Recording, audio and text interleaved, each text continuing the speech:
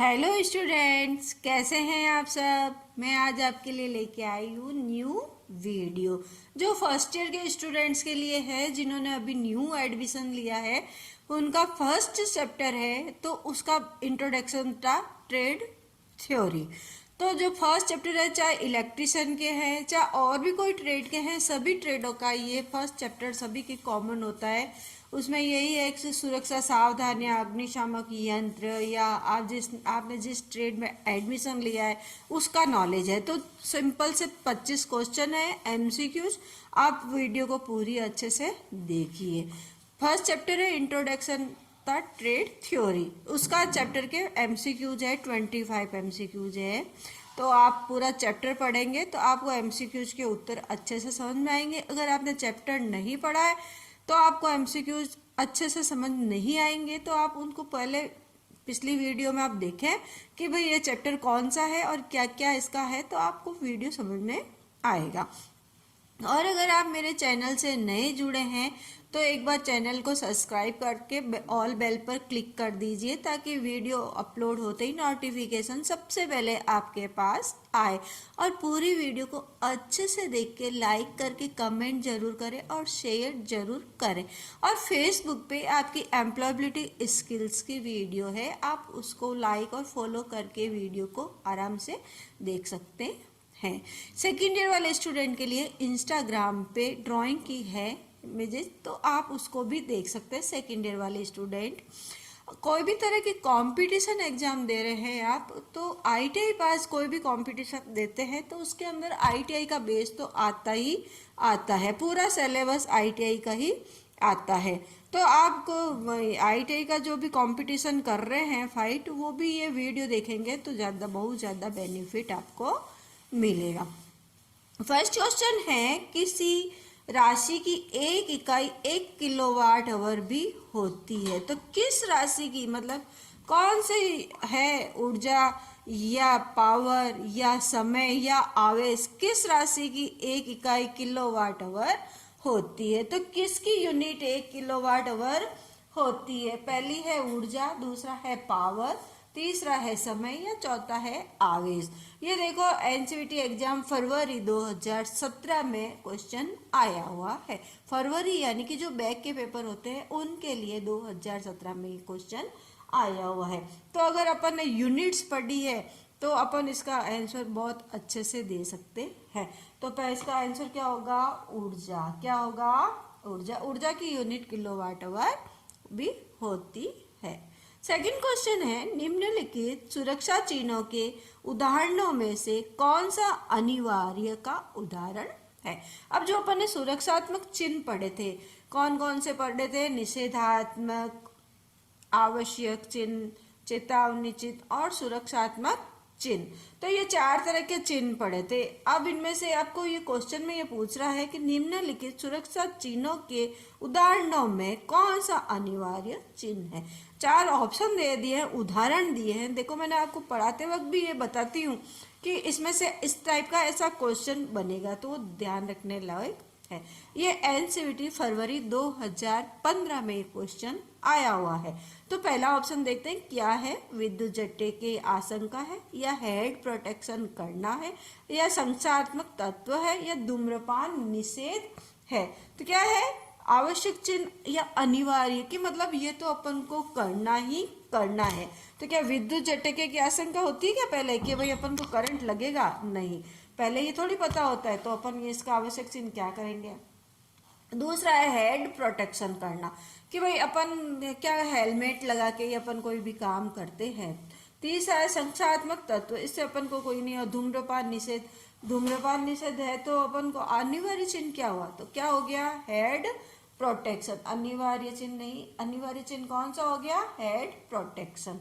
तीसरा क्वेश्चन है, किस प्रकार का फायर एक्सटिंग्विशर विद्युत आधारित अग्नि के लिए प्रयोग नहीं किया जाता। देखो नहीं आया है क्वेश्चन में, क्वेश्चन को ढंग से पढ़ो फिर उसका आंसर दो।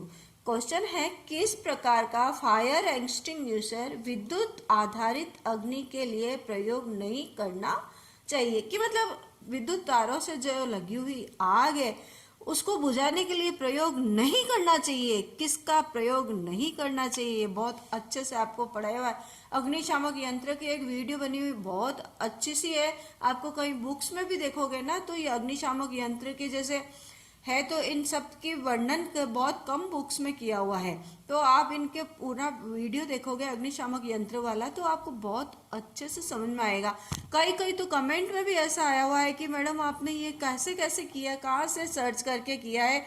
तो आप उस वीडियो को आप पूरी देखोगे तो आपको बहुत अच्छे से समझ में आएगा। अब ये क्वेश्चन है एनसीईआरटी अगस्त 2015 में भी आया हुआ है और फरवरी 2015 में भी एक क्वेश्चन आया हुआ है। तो आप सोचो कि 2 बार आ गया है, अगस्त में भी आया और फरवरी में भी आया, मतलब सप्लीमेंट्री के एग्जाम में भी आया, मेन एग्जाम में भी आया। तो हो सकता है बहुत इंपॉर्टेंट हो, और भी बहुत बार आएंगे क्वेश्चन, तो बहुत सारे इंपॉर्टेंट भी होते हैं।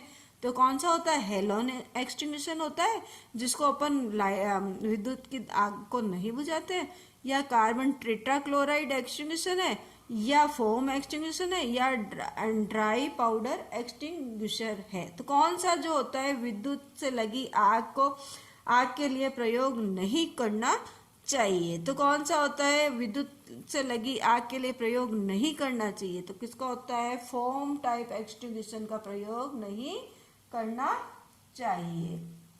नेक्स्ट क्वेश्चन है, पीड़ित के अधिक खून बहने की स्थिति में क्या जरूरी कदम उठाना चाहिए। कोई भी जैसे पीड़ित है, किसी का खून आ रहा है या कुछ भी है, तो उस स्थिति में अपन क्या करेंगे, सबसे पहले अपन को क्या करना पड़ेगा। ये एनसीईआरटी फरवरी 2015 में क्वेश्चन आया हुआ है। पहला ऑप्शन है घाव को दबाना चाहिए, दूसरा है पीड़ित से सीधे संपर्क में बचना चाहिए, तीसरा दृढ़ता से साफ पैड और बैंडेज लगाना चाहिए, या घाव पर ड्रेसिंग करनी चाहिए। तो क्या है कि घाव को दबाना चाहिए। सबसे पहले अपन क्या उसको दबाएंगे, फिर उस पर क्रीम लगा के पट्टी लगा के ये करेंगे। ठीक है। पांचवा क्वेश्चन है, लिक्विफाइड गैसों द्वारा लगी आग को बुझाने के लिए किस श्रेणी का अग्निशामक उपयुक्त होता है। देखो 4 श्रेणियां होती है, ए श्रेणी, बी श्रेणी, सी श्रेणी और डी श्रेणी। अब ये कह रहा है लिक्विड से जो गैस कब कोई भी आग लगी हो, गैस से जो लगी हुई आग है, जैसे अपने कई बार गैस सिलेंडर रसोई में भी आग लग जाती है, तो गैस के द्वारा जो आग लगती है उसको बुझाने के लिए कौन सी श्रेणी का या कौन से अग्निशामक यंत्र का उपयोग करना चाहिए। तो पहला है फोम टाइप अग्निशामक यंत्र, दूसरा है कार्बन टेट्राक्लोराइड अग्निशामक यंत्र, तीसरा है ड्राई पाउडर शामक अग्नि यंत्र, या हेलोन टाइप। तो कौन सा होगा, ड्राई पाउडर अग्निशामक यंत्र से गैस से लगी आग को बुझाना चाहिए। देखो ये सब अपन ने पढ़ा हुआ है, क्लास में भी सबको पढ़ा हुआ, और इंट्रोडक्शन से चैप्टर रिलेटेड है, तो अपन कोई भी ट्रेड के स्टूडेंट है ये सभी के साथ सुरक्षा सावधानियां, अग्निशामक यंत्र के कौन कौन सी श्रेणियां हैं, तो ये सब चैप्टर कॉमन है, तो ये कोई भी ट्रेड वाला इनके वीडियो को देख सकता है।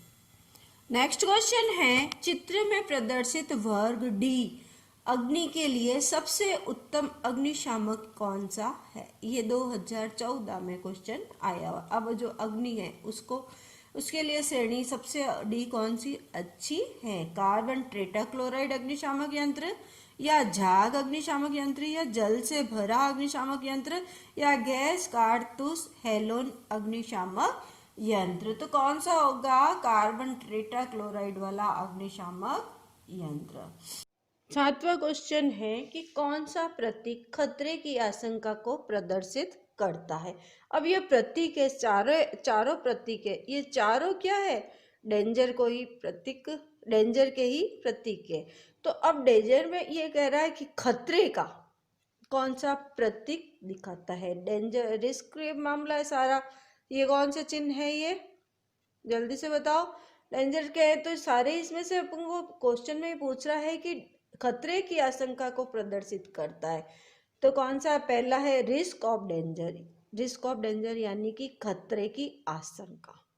दूसरा है लेजर बीम, ये मतलब कोई दूरबीन से या कोई तेज रोशनी आती है तो उससे। तीसरा है रिस्क ऑफ एक्सपेंस, कोई भी रिस्क होती है। चौथा है रिस्क फॉर डेंजर, कि खतरे की, मतलब विद्युत से जो डेंजर होता है वो है। तो इसका क्या होगा, रिस्क फॉर डेंजर में फर्स्ट इसका आंसर होगा। 8वां क्वेश्चन है, कौन सा सुरक्षात्मक चिन्ह अमुक चीज को किया जाना बताता है। कौन सा होता है, अनिवार्य चिन्ह जो होता है वो अमुक चीज को करना बताता है।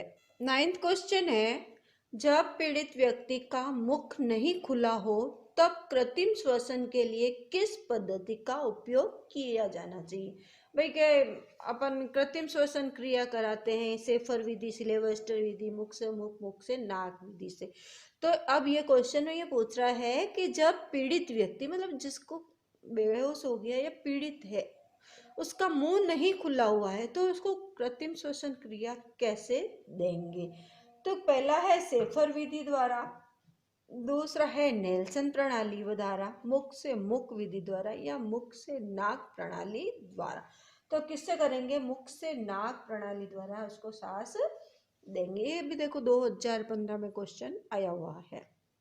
क्वेश्चन 10वां है, दर्शित चित्र है। अब जो चित्र दे दिया है ये ओवरहेड हैजार्ड का चित्र है। अब ये क्वेश्चन में ये पूछा जा रहा है कि चिन्ह किसका है, आदेशात्मक चिन्ह है, चेतावनी चिन्ह है, निषेधात्मक चिन्ह है, या सुरक्षात्मक चिन्ह है। तो कौन सा चेतावनी चिन्ह है, चेतावनी चिन्ह सारे सिंबल बताता है कि ये चेतावनी चिन्ह है। नेक्स्ट क्वेश्चन है 2016 फरवरी में आया हुआ है, एक पिको फेरेड किसके बराबर होता है। तो 10 की घात -12 माइक्रोफेरेड, या 10 की घात 9 माइक्रोफेरेड, या 10 की घात -6 माइक्रोफेरेड, या 10 की घात 3 माइक्रोफेरेड। तो 10 की घात -12 तो होता है, 10 की घात -12 तो होता है, पर वो माइक्रोफेरेड नहीं, सिर्फ फेरेड होता है। अब ये जो है अपन क्या है कि अपन ऑप्शन देखते हैं, माइक्रो तो आपने देखा ही नहीं, आपने 10 की घात -12 पे क्लिक कर दिया तो क्वेश्चन गलत हो जाएगा। अब आगे ऑप्शन में आप ये देखो कि ऑप्शन में क्या पूछ रहा है, ऑप्शन में माइक्रो दे रहा है साथ में। तो जब माइक्रो होता है तो माइक्रो का क्या होता है, 10 की घात -6 किसके बराबर होता है, माइक्रो के बराबर, ठीक है ना। तो 10 की घात -6 माइक्रो दे दिया है और 10 की घात -6 दे दिया, तो हो गया ना 10 की घात -12 माइक्रो फेरेड, तो हो गया फेरेड हो गया। तो अब इसमें 10 की घात -6 माइक्रो फेरेड में आंसर दिया है, तो ये हो गया सी। देखो 10 की घात -12 फेरेड होता है, पिको फेरेड। एक पिको फेरेड बराबर, एक पिको फेरेड बराबर 10 की घात -12 फेरेड। अब ऑप्शन में 10 की घात -12 फेरेड तो नहीं दिया है। अब ऑप्शन में अपन को 10 की घात -12 माइक्रोफेरेड दिया है तो नहीं हो सकता। 10 की घात -9 माइक्रोफेरेड दिया है, ये भी नहीं हो सकता। 10 की घात -6 माइक्रोफेरेड हो सकता है, क्योंकि 10 की घात -6 तो है ही है, 10 की घात -6 तो है ही है, और माइक्रो को अपन हटाते हैं तो एक माइक्रो बराबर 10 की घात -6 होता है। तो 10 की घात -6 और -6 तो हो गया 10 की घात -12। तो ये इसका आंसर 10 की घात -6 सी आंसर इसका राइट होगा। नेक्स्ट क्वेश्चन है कि दिया गया चित्र किसका सूचक है। ये आप सबको पता है कि किसका सिंबल है, तो कौन सा होगा, फटाफट बताओ। सूचनात्मक चिन्ह, ये सूचना दे रहा है। कोई भी डॉक्टर के यहाँ अपन जाते हैं तो वहाँ प्लस का निशान होता है, तो वो क्या अपन को सूचना दे रहा है कि यहाँ डॉक्टर रहता है। कई कई गाड़ियों पे आपको ग्रीन कलर का निशान दिखता है, तो वो सूचना दे रहा है कि ये इंजीनियर है। रेड कलर का प्लस का निशान होता है तो वो है डॉक्टर का, ग्रीन कलर होता है तो इंजीनियर का। तो ये आपको क्या सूचना दे रहा है कि यहाँ पे ये रहता है, ठीक है। नेक्स्ट क्वेश्चन है, दुर्घटना से बचाव का सबसे अच्छा तरीका है। अब 4 ऑप्शन दे दिए, दुर्घटना किससे बचाव करना है, अपन को कोई एक्सीडेंट ना हो जाए उसका अपन बचाव के लिए सबसे अच्छा क्या, गाड़ी चलाते तो अपन धीरे धीरे चलाते हैं, या कोई भी काम करते तो आराम से करते, तरीके से करते। तो ये क्या है, ये पूछ रहा है कि क्या बचाव का तरीका है। 4 ऑप्शन दे दिए, अब देखो कौन सा सही है। सुरक्षा साज सामानों का प्रयोग करना, जॉब मशीन और कार्य के स्थान से संबंधित सुरक्षा का नियमों का पालन करना, अच्छे तरीके से काम करना, या उपरोक्त सभी। तो क्या होगा, जॉब भी जो भी अपन प्रैक्टिकल करते हैं, जिस मशीन पे करते हैं और जिस जगह करते हैं, उन सब की सुरक्षा नियमों का पालन करना बहुत जरूरी है।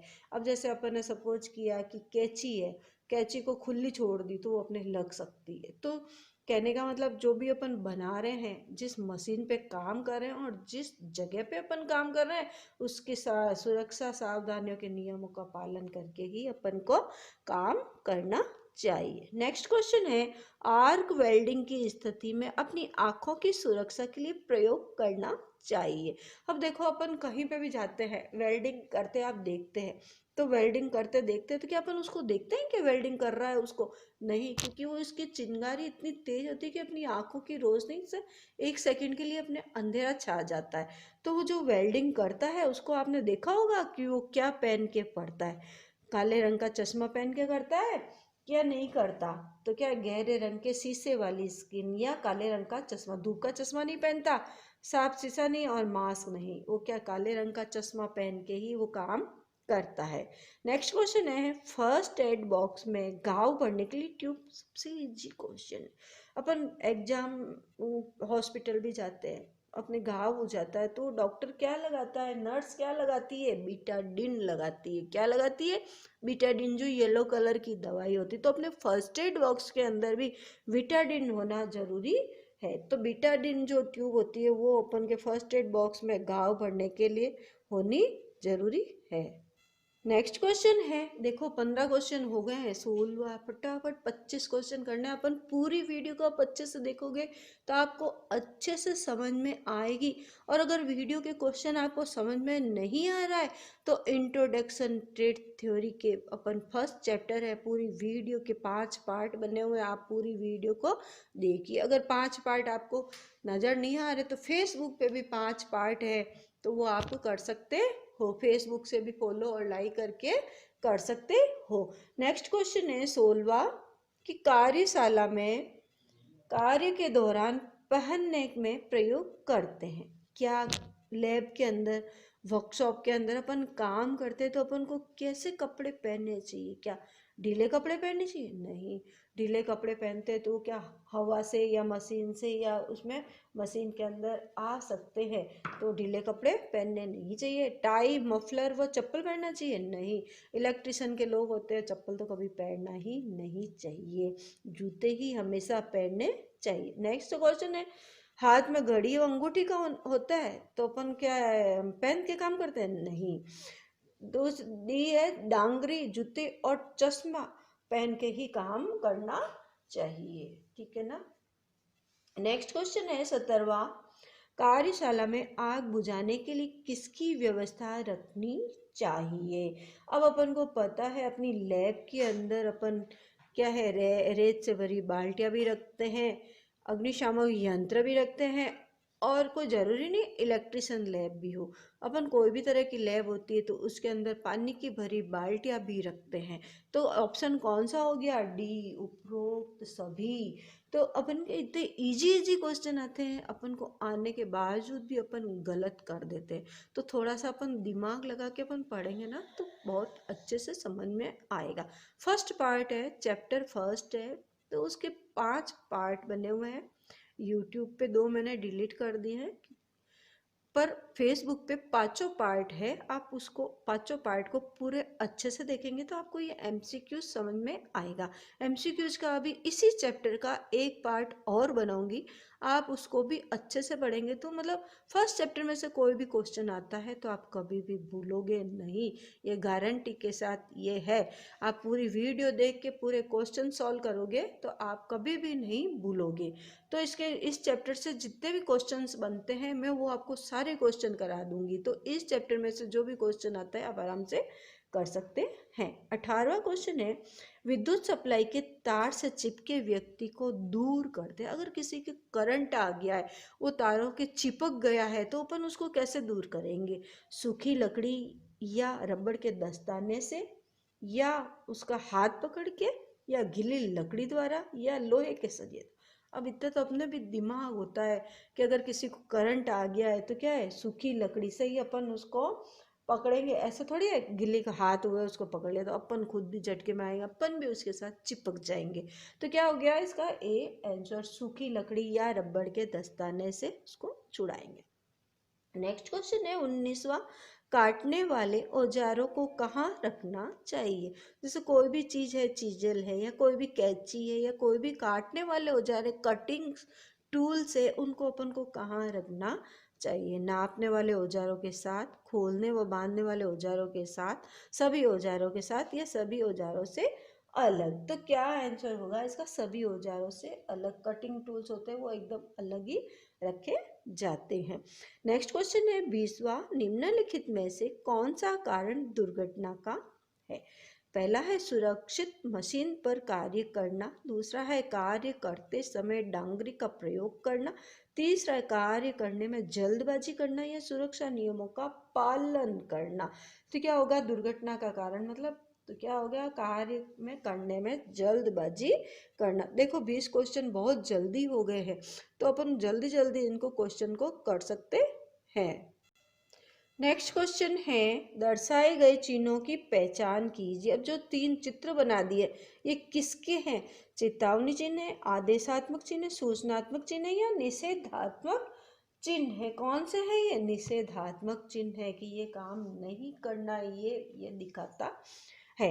नेक्स्ट क्वेश्चन है चित्र में दर्शाई गई कृत्रिम श्वसन की विधि कौन सी, पहचान कीजिए। अगर उल्टा लेटा हुआ है तो वो कौन सी विधि होगी, सेफर विधि द्वारा।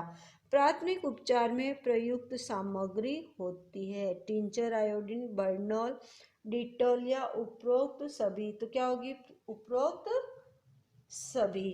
तो ये 23 क्वेश्चन अपने पूरे हो गए। वीडियो पूरी फिनिश होने वाली है पूरी। अगर आपने पूरी वीडियो देख ली और लाइक नहीं किया तो क्या, लाइक ज़रूर करो और कमेंट करके अपना रिव्यू बताओ कि भाई आपको हमारी वीडियो कैसी लगी है।